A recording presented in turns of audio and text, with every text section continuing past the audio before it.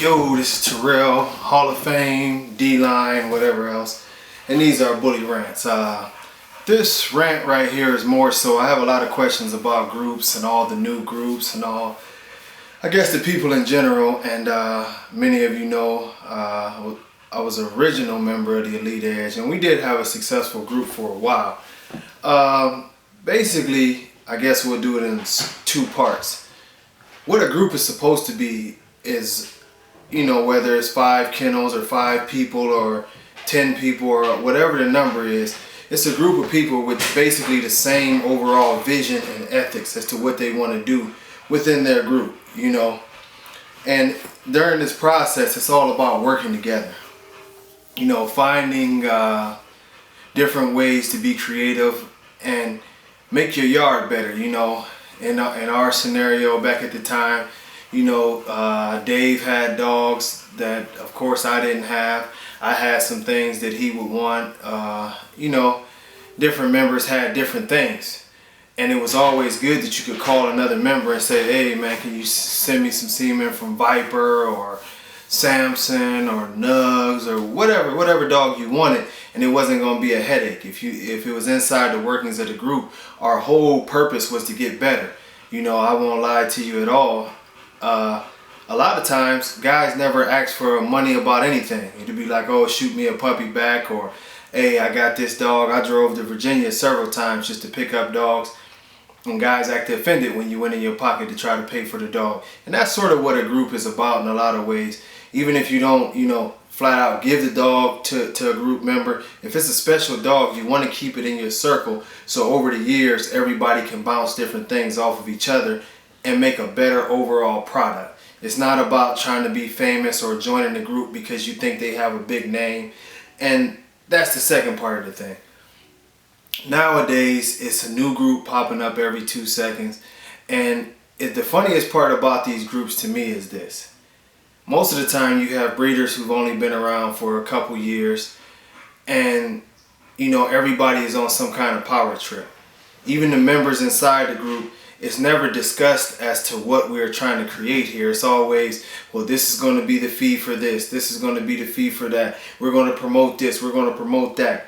And in this whole thing of promotion and fees and everything, most of these groups forget about the dogs. They show up to the shows and they don't have a dog with them a lot of times, or they'll have 1 or 2 dogs with them. And that's why nowadays you see so many groups that when you see a guy, oh yeah, I'm going to be in this group, I'm going to be in this group, or I'm going to be in this group. And then 6 months later, well, I don't want to be a part of the group because I'm going a different direction, or I'm going to do this, or I'm going to do that, or I'm going to do this. And a lot of the times why it is because people don't really think the whole group thing through. They tend to jump into these groups and it's never for the right motive. The right motive should always be about the dogs first, and can we put this together to make some good dogs and network with each other. There's no pressure to it. But the thing about these groups is that a lot of people, and especially I've gotten a lot of calls, I mean a lot of calls, about what do you think about this group? What do you think about that group? Should I join it? And the whole question that I always have is, how does it benefit your program? Not how does it benefit you, or how does it get you out there or get your name out there? Because, and that's another term that really bothers me, is because a lot of people are so worried about getting their name out there.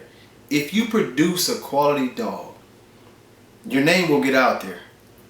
If you have a nice dog and you're showing up and letting people see this dog or posting pictures of this dog, you don't need to be in a group. Your quality and your productions will get your name out there. If you're worried about everything else first, if you're worried about being in pictures with people who are famous in the dog game, or if you're worried about lining yourself up to do all of the breedings with a stud that's just a hot stud, or if you're worried about jumping into a group because certain well-known people are in this group, or all of those things don't pertain to the dog. As I've said at the beginning, if you want to be in a group, the best way to be in a group is to make sure that this group is about making dogs. Make sure that somewhere in this process that you're going to be able to work hard with these people to evolve your program to a level that you wanted to do, and it's beneficial to everybody, where you can help somebody and they can help you. All of this, I'm trying to get famous quick, or I'm trying to put together a clique, or these mini gangs that they have now where they argue and beef all the time.